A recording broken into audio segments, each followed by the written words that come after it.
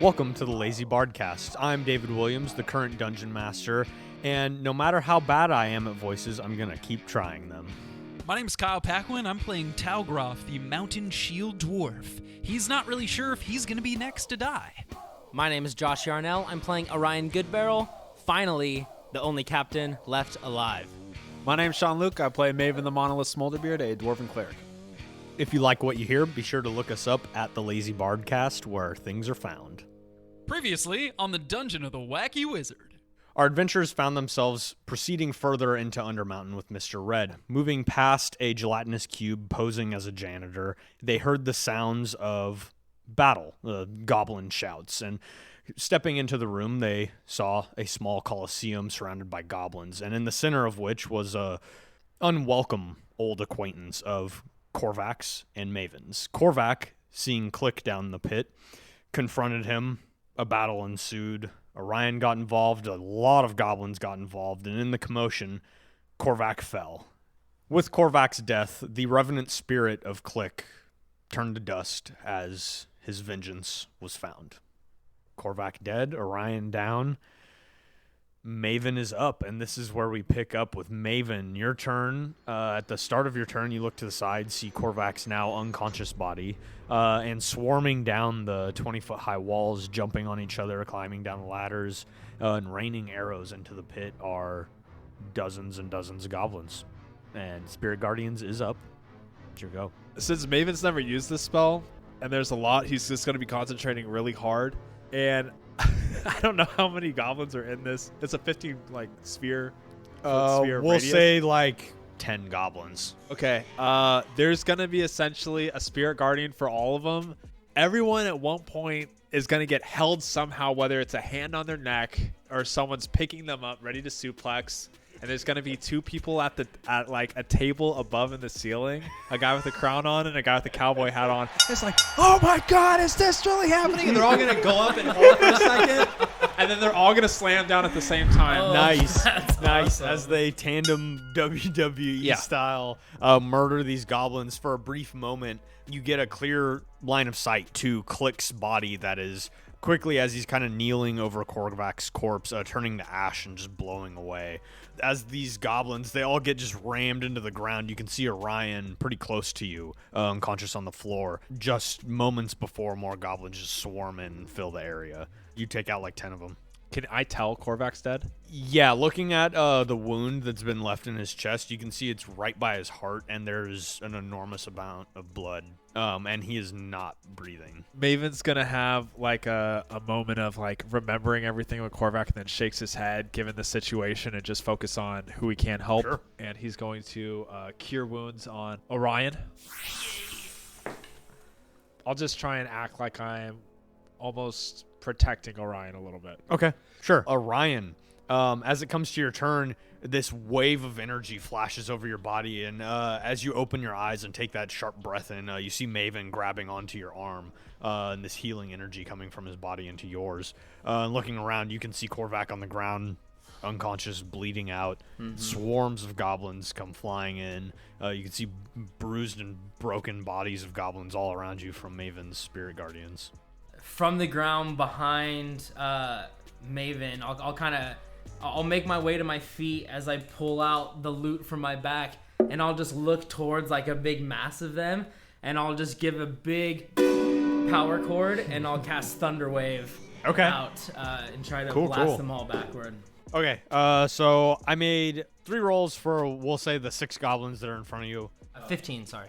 Okay, 15. So they all fail. Nice, almost max. 15. Wow. Thunder. Yeah, as your cord strikes out, you watch as it connects with each goblin, and their flesh just rips apart, and then their bones just crunch and shatter, and their bodies just splatter against the wall. As the sinewy guts hit the wall, it kind of splatters some of the goblins that are coming running in your direction. Now some of the goblins look like they're just war painted with horrific gore, but you took out another good chunk of them. All right, that's it for me. Maven's gonna say to him, "Good, keep doing that." All right. Talgroth, it's your go. Up in the stands, still just wailing away at these goblins at the moment. Yeah, Talgroth has made it down as far as he can, but he's basically in the batting cages with the heads of these goblins, just going Barry Bonds back and forth, splitting heads. If you guys can see him, he's kind of looks more like a tuft of hair from the glint of the lighting in here, just making his way in this fury, like almost like a Tasmanian devil down to the where you guys are at. Perfect. All right, just gonna make a few more swings? Yeah. All right, go for it. One's an 18 on the die. Totally. Definitely. The other one is like a 19. Yeah, it's. You want me to roll damage? Yeah. Cool. It's also how this game works. There's a chance they don't die in one hit by a seasoned veteran I actually don't know if there is with. with your minimum. Minimum Guys. damage. We'll find out. Yeah, 4 points of slashing. Oh yeah, so you swing down, you like chunk into the side of this goblin's neck, and then you pull your sword out and go down for another hit, or your warhammer, right? It's a battle axe. Battle axe. Okay, yeah, your battle axe. You come down again, and like almost bisect the goblin with your second hit. Nice. It's now the goblins go. As the goblins start swarming in, they one at a time are just getting suplexed, chokehold, over the ropes, like just getting completely destroyed by your spirit guardians. The other goblins, man, the rest of the goblins up in the stands, seeing just the goblins running down into the arena, just becoming destroyed just by getting within a few feet of you guys, all of you. They start running, screaming, afraid. Talgroff, as you're standing there, you watch as the swarm of probably now 25 or 30 goblins up above in the stands where you are all start running backwards, kind of making their way into a funnel, completely ignoring you, all screaming, "Get out of here!" Just like running as fast as they can out of this room. Do you want to try and take any of them out, or are you just going to watch as they run by? I think Telegraph's going to take a gander, try to trip one or two with his battle axe as they run by. Sure. Yeah, make a opportunity attack. All right. 15. Hits. Cool. Haha, goblins. 6 points piercing damage. One of the goblins running in your direction, looking back towards the small arena in the center. You just hit him straight in the chest and kind of pick him up off the ground, throw him down in front of you. And you watch a few of the nearby goblins. They scream and scatter and hide underneath some of the bleachers nearby and kind of like tuck their heads underneath and are like kind of hiding. You can see them like shivering in fear as many other goblins that weren't directly nearby are just running past you straight out of this room. Oh, look. We're too much for you, eh? Yeah, go on and get running. Telegraph is just going to head down to his teammates. All right.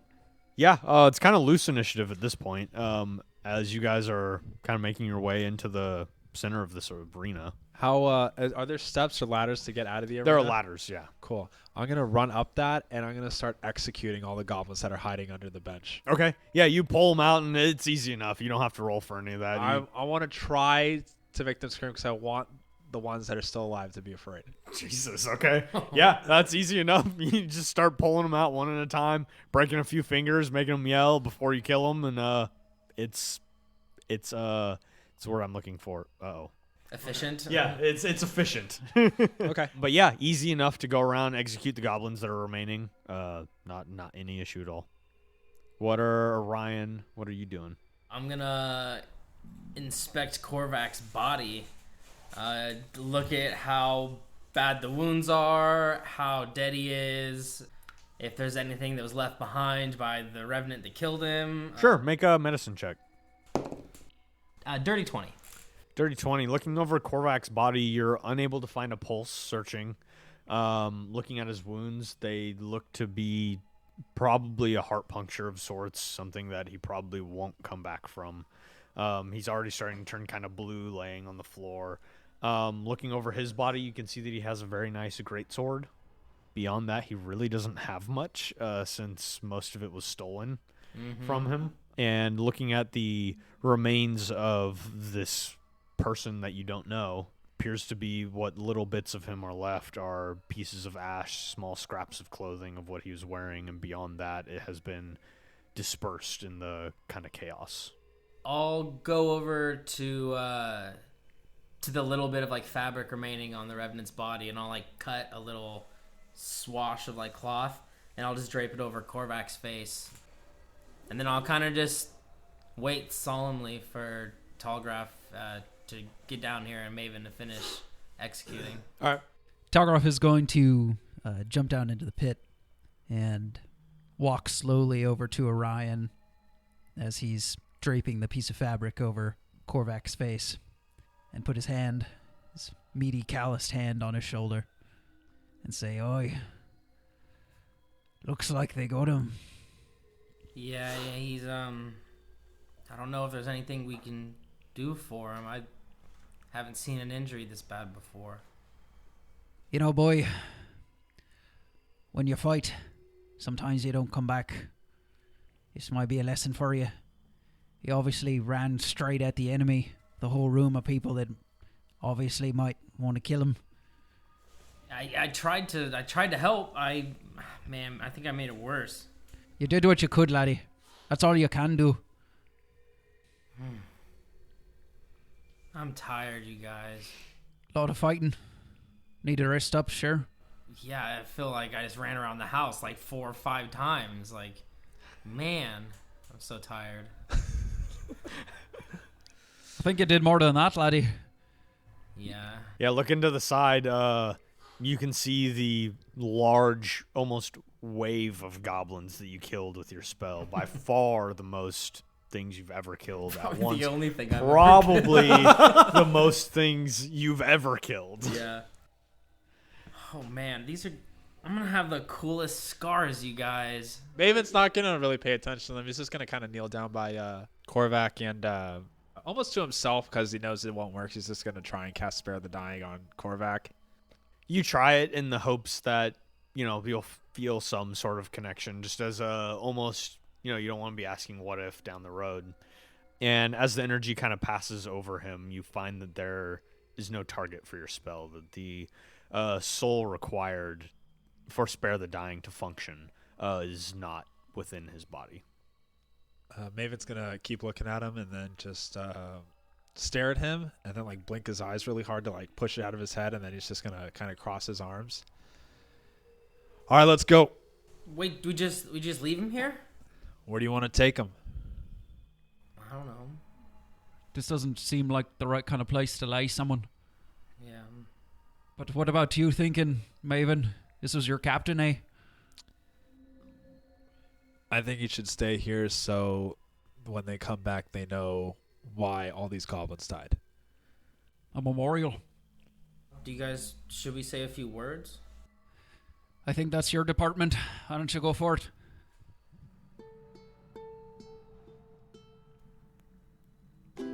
Our late captain friend, killed by a man named Click, is bleeding out in front of us. He said he was the strongest. But I guess that I'm the captain now. I don't think so. I only knew him for about a day, and there's really only one thing left to say. The wall slides open, and you see a bugbear step out, and he's kind of teary-eyed looking at what's going on. This really happens. This isn't just me. Okay. Goodbye, Korvac. Goodbye, Korvac. Don't kill your friends or stab them in the back. Goodbye, Korvac. Oh, goodbye. That was wonderful. You look up and you see Mr. Red standing up on the platform there. You can take some inspiration, Josh. For that. Okay. That was so beautiful. Hey, didn't he run? Yeah, don't you have something to say to us there? Didn't you sick those goblins on us? I am impressed that all of you kill 61 goblin. I do not know how to handle situation. You You break our tradition by fighting multiple people in pit at one time, and you kill creation we have prayed for many years. But you overcome, and you are stronger. Kind of wipes away a tear. Maybe you have place in Xanathar Guild. Maybe you are a gift sent to us. And he motions at the words still burned into the wall. Huh. I certainly don't think that our friend dying was a gift for you. Well, no, I don't believe that was a gift, but he charged our men. Yeah, that was pretty foolish. Look, least I can do is point you in the right direction. Maven's going to close his eyes, and he's just going to be like, Cord, I know it's not a smart thing to do, but I really want to kill this guy right now. Just, like, rip him in half. I will give you all a moment. And he turns around, kind of takes a few steps back. You can still, like, see him, but he is taking a few steps back in the hidden hallway. Do you guys think that we should go with him? Understand you having a beef, or even a goat, maybe a chicken. Any kind of animal that you don't really like. But I think we need his information. He seems to be the most connected. Those little goblins, those little weasel ones, even they got lost. Not sure I want to get lost around here. You know what I mean? If it doesn't work out, we can leave or sneak away or anything. All right. Mr. Red Man, you can come back now. You hear the sound of someone just like... Well, did you say my name? We'll head up with you. You know what we're looking for? We have a scout. His name Yek. He... Goblin leader. Strange transformation undergo him. He's... supposedly has uncovered some sort of dwarven relic. I do not know more than this, but the least I can do is bring you to him and show you a way to next level if that is where you wish to go. I think we're in agreement to that. How long is it going to take to get there? Good question, mate. It should not take long time, though. The Xanathar Guild, it is who we are. All of us, we have mutual understanding, mutual goal. I must take you through our home to get you to Yak and to get you further into Undermountain. Well, okay. Can we I don't know. Can we stop for some soup or some apple juice on the way or something? Man, I'm tired. I can bring slop if you would like. You can take the rest in this room. Oh, okay. It is... Does that sound good? Do you guys want some slop? It is... it is guarded by cube on the other side. And no one else comes from this side other than Xanathar. You should be safe. I suppose we'd be taking that slop there. Okay, I will bring 3 slop. Yes? Would you like beverage? Yeah. An apple juice? We only have beverage. I will bring 3. Okay. 3 slop and 3 beverage. Okay. I will be back. Enjoy rest. Do not mind small wood man. He good. He follow around dungeon and he find you when you sleeping. And I truly am sorry for your friend. I do hope you do not harbor ill will. Okay, I will be back. And he makes his way back down the hallway. Did you take Korvac's greatsword? That thing's heavy, man. I can't pick that up. I want to plant it into the ground. Okay. And kind of sit him up so he's sitting, so his back's touching it. Okay. Yeah, as you pick up Korvac's greatsword for the first time, though it's a large sword, you feel a unnatural finesse behind the blade. You can feel that there's a deeper connection with this sword that you don't feel a deep connection to, but you can tell that this sword, when time is spent with it, it binds to its user in a way, and you feel that connection between the sword and Korvac. You feel almost like a mourning from the blade itself. Oh. But you put it in the ground, you drag Korvac over, and you prop him up against the sword. So are you wanting to take a long rest? Yeah, definitely. Okay. We could build a house of dead goblins and go into it. You probably could. There's a dry spot over here, and there's no blood No, on the there's not. floor. I'm just, well, Yeah, no, it's a yeah. You can find it. so I'm just gonna stay. I don't want to like roll over and see like a dead, thing looking at me. That will definitely happen, no matter where you are. So I'm gonna be over here. You can like put something over your head. Oh God. I'm going to take the other side of Korvac's blade and just sit so my back's to it. Okay. Talgroff is going to, as he starts to doff his armor, he's going to cast Find Steed.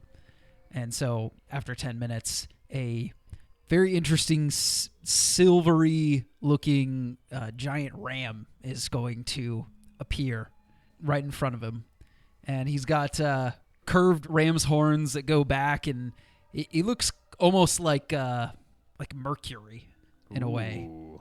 Like as he steps, there's like little bubbles Little of puddles. mercury that Nice. come out and goes different places, and he's just going to lay down, and I'm just going to kind of lay on him as I finish doffing my armor. Nice. That's warm. About 10 or Very so warm. minutes, 10 or 15 minutes go by, and you hear footsteps approaching again. 2 sets of footsteps from the same tunnel Mr. Red had gone into, and you see Mr. Red and another hobgoblin coming out, holding drinks in very crude mugs and bowls with spoons in them. And he makes his way over to the pit. You're lucky. Today's slop is cave dog and mouse, and the beverage is green. We have black for a long time, and green is delicacy, so enjoy. And he hands out all of that. Just the smell of each is horrendous, but you're all pretty friggin' hungry. I'll leave you to it. Enjoy your rest. Is there like a wake up call in the morning? Do we come find you? I do not know when morning is. We are underground. The sun does not exist, so. Huh? Yeah, that's weird. Okay. So we'll see you guys later. Yes. You will find me. That is the point. Okay, goodbye. Bye. And he leaves. Okay. I'll talk to you guys in a little bit. Orion, are you writing anything down? The whole reason you came down here was to become a storyteller like your own dad, as good as he is. Are you writing any songs? Are you composing any poems? I will have written down the ballad I sang Korvac, and I'll just keep adding little things like that to my repertoire as needed. Okay. Talgroff will look over at Maven and sort of ask him, Maven, I couldn't help but notice that before your captain ran off and started attacking whatever that thing was, seemed like he recognized it. Have you tangled with those things before? I don't know what he turned into, but he used to be part of our crew. You mean that thing was... He used to be a halfling. I don't know what he is anymore. By the silver flame. That don't bode well for the future. Did most of your people turn into that sort of thing? I don't know. I'm the only one that's left from the original crew. Talgroff is going to just have his eyes really wide at that comment and just get real quiet and just sort of shuffle off back to his ram. Okay. During your guys' rest, are you going to post up watches? Yeah. I'll probably take a while to go to sleep, so I'll do first. Maven, during your watch, about an hour goes by into your watch, just kind of leaned up against the sword. You're in Korvac's head, only separated by the thickness of the hilt. And you hear the sound of wheels turning, like wooden wheels on a wagon like that. Looking up into the stands, you see something you know wasn't there before, but it's a small creature pulling a somewhat small wagon behind him. It looks to be almost just a chest on wheels. And this creature makes his way down, just like one step at a time, pulling this small wagon. And as he gets closer, you can see that he looks like a tree stump with a number of legs coming out below him. Awesome. A few fungal spores growing on him, pieces of moss hanging off of his body, and he's wearing like a straw hat that covers the top of what you imagine is the stump that is the top of his head. You don't see a mouth on this creature, you just see 2 eyes. But he does appear to have a number of legs and arms that are like, they look like tree roots. And he makes his way to the edge of the arena up at the top, and he pulls his cart to the side and sets it down on the ground. Without saying a word, he just bashes on the top of it, and you watch as 3 small pillars kind of come up out of the sides of the cart.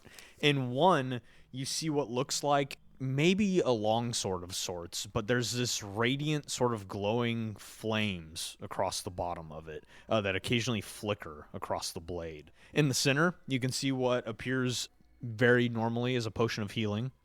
And on the far right side, you can see what looks like a hat of sorts. And you can see that as well as these 3 items are 3 small plaques in front of them with a purchase amount.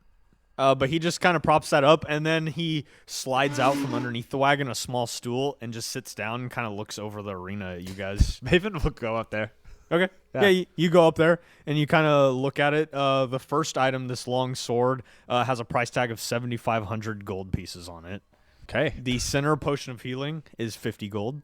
And the like leather cap on the right hand side is 250 gold. And looking at it, it appears to have 2 like almost like a pair of goggles on the top of the hat that you could like slide down, and they're like green lensed, but you're not sure what any of them do. What's your deal? He kind of looks at you, and then he kind of hits the front of the cardigan, and a small sign folds down, and and on this little, I will eat your heart. On this little wooden sign, it just says Triller. All right. Do you know what this hat does? He goes over to the edge of his cart, and he slides out like a cutting board sort of fold-out table, and he slaps it down so it's sitting out, and you can see that there's 3 plaques across it that have the names of the 3 items as well. So the first item is a Holy Avenger. The second item is a Potion of Healing, and the third item is a Helm of Comprehending Languages. Oh. Huh. Well, I want that, and I just point to the Holy Avenger, but I can't get it yet. I'll take these 2 things, though. He nods, and then he slides an additional compartment in the front. He pulls it out, and you just see that there's a bowl. You said 250 and 50? Yeah, so 300. I'll give him 325. Okay. He shuts the bowl, and then he pulls it back out, and you see that there's 25 gold pieces still sitting in the bowl.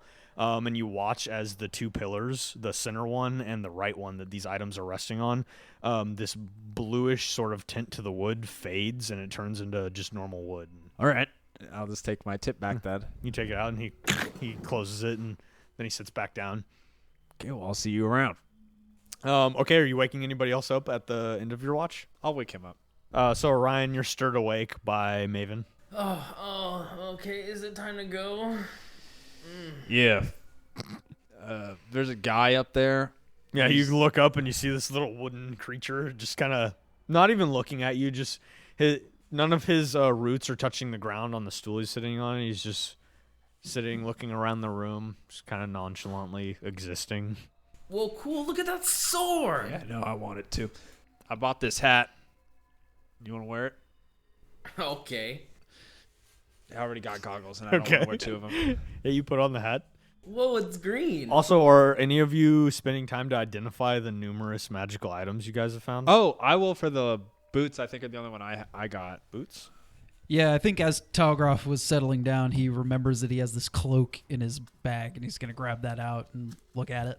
Sure. Orion, your watch. It's pretty uneventful. Do you want to go up and interact with this character at all? Yeah, it's just seeing him sitting there not moving. I'll go over to one of the mugs of green that Maven or Talgroff ignored, and I'll bring it up to the tree, and I'll just be like, "Hey, I'm Orion. You want some green?" And I'll kind of offer him the drink. He kind of tilts his stump over in your direction, and you can see that his 2 eyes are almost made of like 2 fungi that kind of open up and spread open, and all these kind of furled green around the edges almost make like eyelash-looking eyes. And then he lifts up one of his root hands and gives you a small wave, and then looks at the cup, and his eyes kind of like get smaller, and his branch turns and points down. And he shakes his head. Got a thumbs down and go, okay, well, all right. I'll kind of toss the thing back, just on the ground, have it clatter to the ground, and then, do you come every night? He kind of gives a half-hearted nod and a small shrug. I like you. Okay, well, he lifts up a branch and nods. I gotta go back and make sure. I gotta go back and make sure that no bad guys show up. I'll see you later. He just kind of waves one of his roots goodbye. Your watch passes uneventfully. Maven, Yeah. as one who is previously pretty prone to vivid thoughts while you're sleeping, dreams of sorts, as you find yourself into a fairly fitful sleep after the events that have just transpired, you find yourself in a kind of empty space, and then slowly coming into your consciousness is the sound of a blacksmith's hammer beating on a sword. Just the kind of rhythmical tinging of that hammer. You open your eyes and you're sitting in what looks like a small meadow. It's dark. You're still underground, but somehow there's a meadow here. You can see that there's a small cabin with a roaring fire coming out of the chimney. You imagine that's where this forge is. I'll make my way over to it. Sure. Yeah, you stand up in the small meadow and you make your way in the direction of this cabin, and you get up to the door, and you can see inside through the window. You can see that there's a dwarven man who appears clean-shaven, well taken care of, hammering away at what looks like a shield of some sort. And you can also see that running around him and between his small workshop kind of off to the side in the room and the hearth in the middle of the room is a small girl. She's just kind of running around, skipping. You can see that through the window as you make your way up to the cabin. Can I approach the cabin and knock on the door? Yeah, you go up and you give a knock, and the hammering stops for a moment, and the man makes his way over. He sets down his tools and makes his way to the door and opens it up and, hi. I don't get many visitors. I think I'm supposed to be here. You're supposed to be here. Maven just nods to him.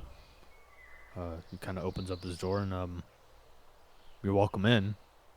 The name's Drade. Maven will shake his hand and say, I'm Maven.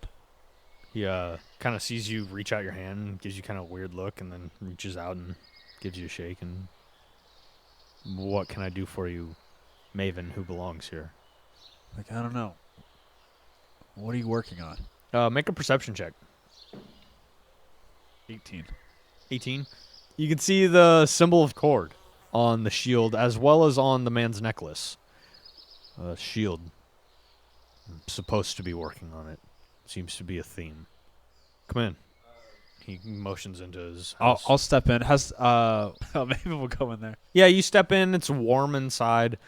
Well, you're interested in the shield. Would you like to take a look? Yeah, I would. Kind of leads you over in that direction. He doesn't appear to be paying much attention to the child. It's kind of running around the room. She acknowledges you, but then goes back to just kind of playing with her toys. And he leads you over to the shield, and you can see that the shield itself, it's like a almost kite shield shaped, but solid steel. You imagine you would have to be incredibly strong to be able to wield this shield. In addition, you can see almost like it almost looks like a sheath of sorts that is built into the back of this shield. It's definitely a tower shield, but this kite shield design where it's concave to not only block blows, but deflect them, put less impact on the wielder of the shield. You making this for anyone in particular, or just making it? Just making it. It's a ways off. How much are you selling it for? It's not for sale. None of my goods are. People who are supposed to be here find their way. I'm pretty sure I'm supposed to be here. I see from your blade you're a follower of Cord. I am. He gifted this to me. I recognize it. Can you tell me about it? Do you know anything about it?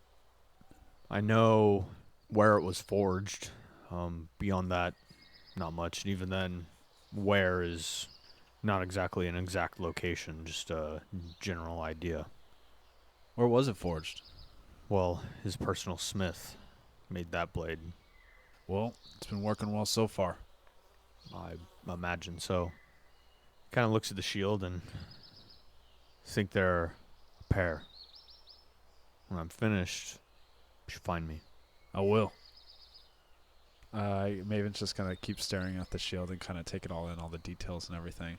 Well, I don't mean to be rude. Should get back to it. Maven will nod and then walk out the door. Yeah, you turn around to leave. You notice that the girl is gone. All of her toys are as well. And you make your way towards the exit of this small cabin. And you head outside. And you see that the girl's standing there in front of you. And, hi, Hi. were you talking to my dad? Yes, I was. What about? Perhaps him making me something fancy. That's pretty weird. You know you're just dreaming, right? I have lots of dreams. About what? All kinds of things. Do you want me to show you?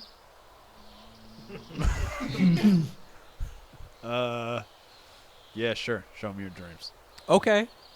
One dream I have a lot is I'm in a graveyard, and you watch as all around you the ground starts to rise in certain areas, and you see that there are tombstones that are rising out of the ground. You turn around and you see that the building that was behind you is gone. It's just an endless expanse of gravestones covered in vines and all sorts of kind of like rooty material, dirt. But then the fog came in, and slowly this heavy fog kind of makes its way across the graveyard. We have to find our way through the graveyard, Maven. We have to find our way. And you hear her start running ahead of you in this graveyard, kind of running through all of these tombstones. Maven just lets out a sigh. Like, hold on! And I'll kind of chase after this kid. Yeah, a few minutes you kind of chase after her, and you come to a tombstone that says, "Here lies Korvac." This tombstone is where I always get stuck. This is when the fog starts to get heavier and you feel like you could swim. Don't you feel like you can swim, Maven? Yeah, I do. Me too. Do you want to swim with me? Where do you want to swim to? I don't know. Let's go. Let's see what's here. Start swimming with this little girl.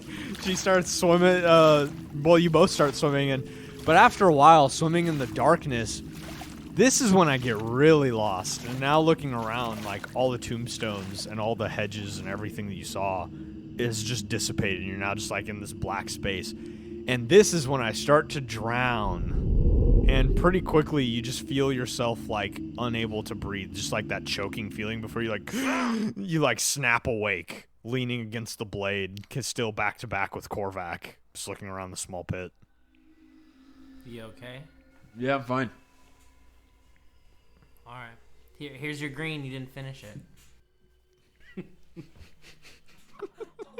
Talgroth, during your watch, is there anything you want to do?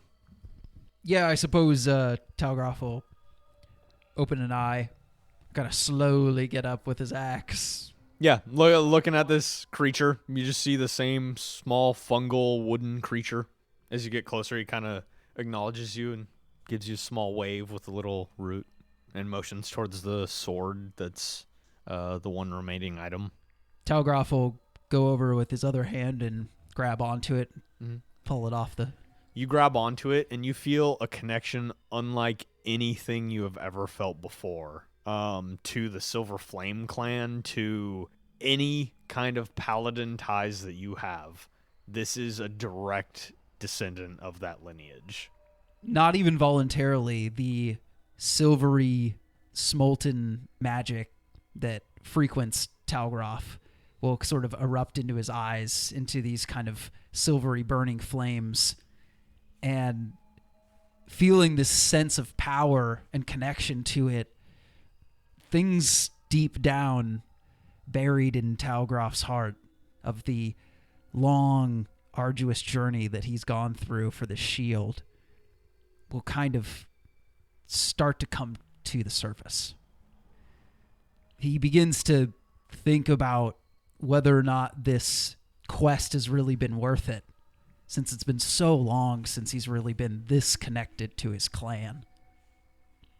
And he'll just stand there staring at this holy emblem for a full minute. After a while, Talgroth will kind of come back into reality. Do you take anything other than gold? He grabs onto the front of the cart and pulls it open, and you see that there's a bowl. You know, if there's anyone that maybe you need taken care of, we're pretty good at that too. It might be worth your while. Kind of looks around the room at you three, and then he looks at the bowl, and then he looks back at you. Just promise me that I can find you if I need you. Gives a small shrug. Talgroth is going to reluctantly, like a small child putting back candy in a candy store, very slowly put the sword back into its place. You set it down, and you feel this, like, just longing for that same connection to your clan and to everything you study as a paladin just left on that piece of tree stump.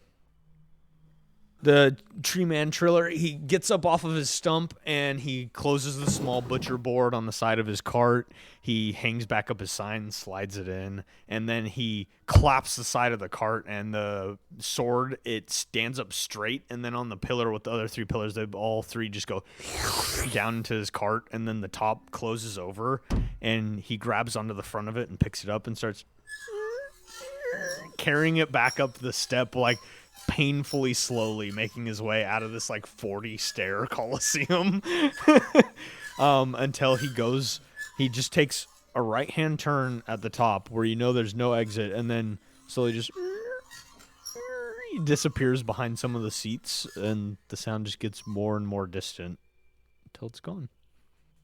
And you guys complete your long rest. And you level up. No way! I forgot about leveling. Talgroth, I will say, after this connection is lost, you begin focusing on all of your connections within the Silver Flame clan, and you begin focusing an intense concentration on Valega and why you're here, and the heart that you pulled out of that statue's chest. I'm going to take some time to look at the heart, study it a little bit more, feel its energy. So, Talgroth, you focus on this heart, pulling it out of your pack and looking over it. This black and shriveled heart shows clear signs of powerful necromancy, the heart of hungering. As you grip it, you can faintly feel the beating of a heart shrouded through unknown barriers echoing through your body. At the end of a successful long rest, you may gain 1d10 temporary hit points while attuned to the Heart of Hungering. Additionally, you may choose to make a DC 15 medicine check at the start of a long rest. Each creature may only attempt this check once ever. If successful, your connection with the heart deepens. If a failure, the further knowledge the heart may give is lost to you forever. So you can't do it this rest anyway, the check, but you can gain the 1d10 temporary hit points at the end of your rest, if you'd like to. Okay. Are you going to take those hit points? Sure. Okay. As you focus on this heart, Talgroth, becoming attuned to it, you watch as some of these small tendrils of blackness from the heart intercede with your fingertips, and you watch as some of these small tendrils spread into the very tips of your fingers and remain there after you gain these temporary hit points. Talgroth is going to look at that really uncomfortably, not liking it one bit. Sure, but you have that one extra HP, so, worth it. Yep, he's not so sure about that. He's going to immediately put the heart back into his thing and turn around to his party and say, "Oh, look, I took a look at this cloak when I was laying around, during the night, or whatever it is. It's pretty weird." It looks cool. It's like really dark looking. Yeah, in fact, it's too dark. It's like magic dark or something like that. You go into the shadow a little bit, I can hardly see anything if you have it over yourself. Oh, that's so cool. Not only that, It's got all these bat symbols in it or something like that. When you grasp the two sides, become rigid like well, you're from Batman Begins and you're using that electric hand thing to make your, you know how it works. I think you might be able to glide or fly or do something weird with it. I'm not sure I like that though. You're telling me I can fly with it? Someone can. I don't want this thing though. It's freaking me out. So here, you want it? Sure, yeah. Yeah. There you go. I'm the Bat Bard. Orion, why don't you take this also? Just because you keep getting hurt. And I'll give him the brooch that Korvac used to wear. The what? Oh, I forgot about that. I'm pretty sure he has an item card for it. Whoa, immune to force and immune to magic missile. Nice. Cool. I think it's resistance to force. Yeah, I think it's resistance. Oh, resistance to force. Yeah. Immune to I was magic like, missile. give it back. Huh, cool. I'll put it on him like he's a little kid. Okay, If sure. He's going to kindergarten or something. Yeah, Can no you problem. attach it to my new cloak? Yeah, hold on. That he helps you Quit tie. moving, quit moving while I'm trying to put it on. You guys complete your long rest. You feel more powerful than you did before you took your nap. And looking around, it's a pretty apparent why at all of the still now somewhat dried viscera of all the goblins. And you know that Mr. Red and other Xanathar Guild members are waiting at the end of this tunnel. I'm going to ask you something really quick. Yeah, you go over to the sword. If you'd like to describe what it is you're doing, not necessarily the entirety of it, but the components you're using, what it looks like. So I'm going to, first of all, lean Korvac a little forward so he doesn't fall when I'm going to pick it back up. And I'm going to thrust it like as hard as I can into the ground, trying to get it way deeper. And I'm going to say only the strongest of whoever's party comes may wield this weapon. Okay. And I'll let you pick whatever the downfall part of that is Sure. if they don't. But that's essentially what I want to put. Yeah. And I'm going to bestow curse on his Oh, weapon. Sure. Yeah, I think that's dope. Yeah, you do that. You jam it into the ground, and you watch as this like deep, almost black purplish energy kind of flickers across the blade, and then solidifies in almost a like crater-like impact around the bottom of the blade, which remains there at the ground. Well, can I try to lift it? I wouldn't if I were you. I'm going to take a look at Korvac and see him resting on there. And no, it's not going to fit his personality. So instead, I'm going to grab one or two goblins and bring him to his feet and make it so they're propping his feet up. And then I'm going to put both of his hands so they're going behind his back like this. So he's resting on the sword. And So his it's like feet a are propped up goblin on the throne. goblins. Yeah. Perfect. Yeah, you do that. It looks majestic, sad, heroic. Yeah, it's a mixture of emotions, but yeah, you get it done. Okay, so you guys start making your way down the tunnel. Oh, Mr. Red. Making your way down the secret tunnel. Secret tunnels. Through the You mountain. you get to the end and you can hear the sounds of some bustling life. The sound of everyday kind of motions through a city. But as it opens up, you can see that the city is built much larger than the amount of creatures you see in this area. You imagine that it's built for many more goblins that are currently in the city streets here. Looking around, you see a goblin here and there walking around, but the vast majority are hobgoblins. But nearby the entrance, Mr. Red is waiting for you, and it is good to see all of you. I had a nice nap myself. I'm feeling rather good now. Did you... Level up? Yeah. You leveled up? Yeah, I Mr. do Red. not know what this means, but congratulations. It sounds so nice. I hope there is no ill will here and that it is understood. I don't think more words need to be said. I think it is beating dead cat with a big stick. So let us go, okay? I lead you through. Xanathar Outpost is normally bustling town. Less so lately. Mostly past day. Now, as I say, Yek, this man, I understand that this strange name. He is was goblin, no longer goblin. He finds something and turn into man. As long as he's not turned into whatever that thing was in the pit.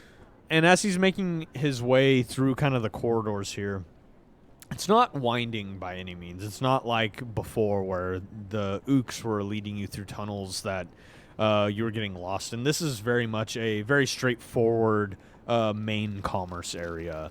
You can see a few small break-offs that you imagine lead to alleyways with some sort of living space within.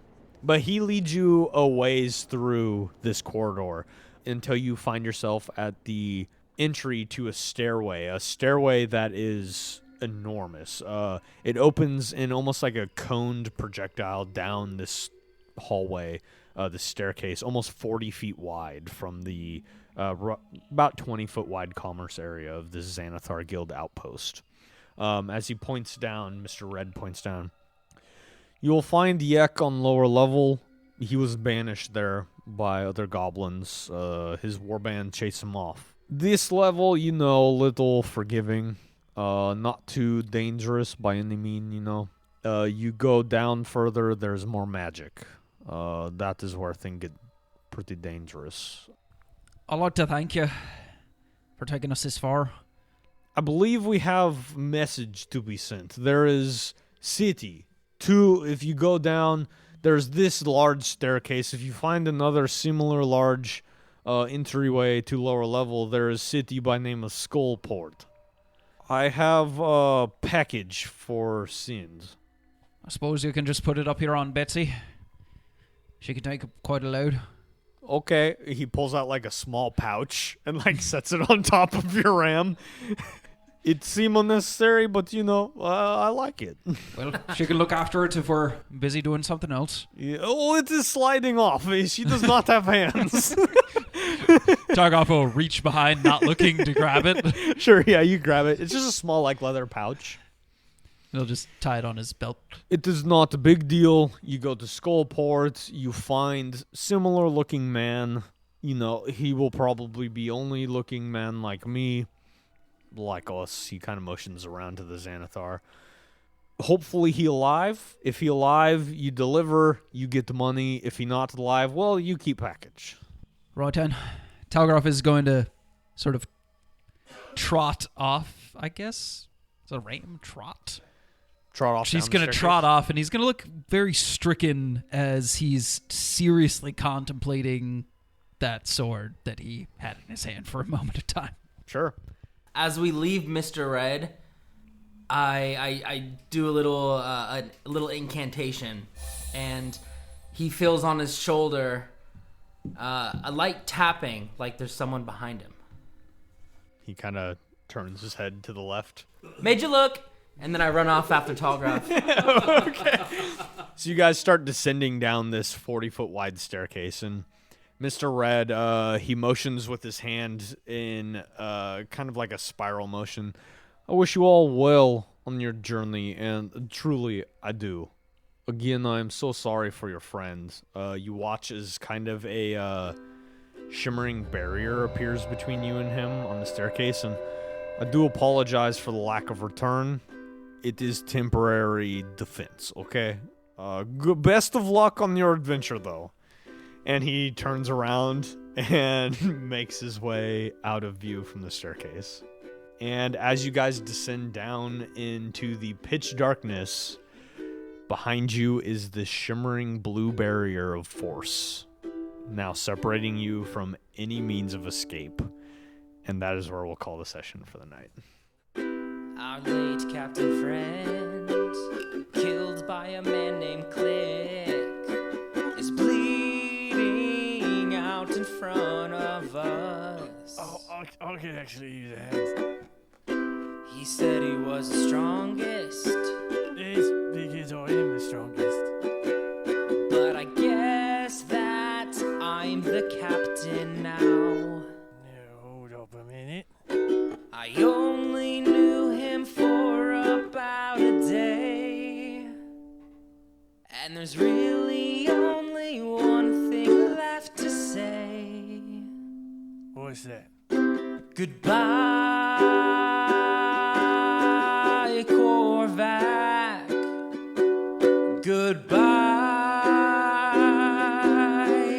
Korvac. Don't kill your friends or stab them in the back. Goodbye, Korvac. His homebrew class, a mesmer, died before our very eyes. Barely made it past level 5.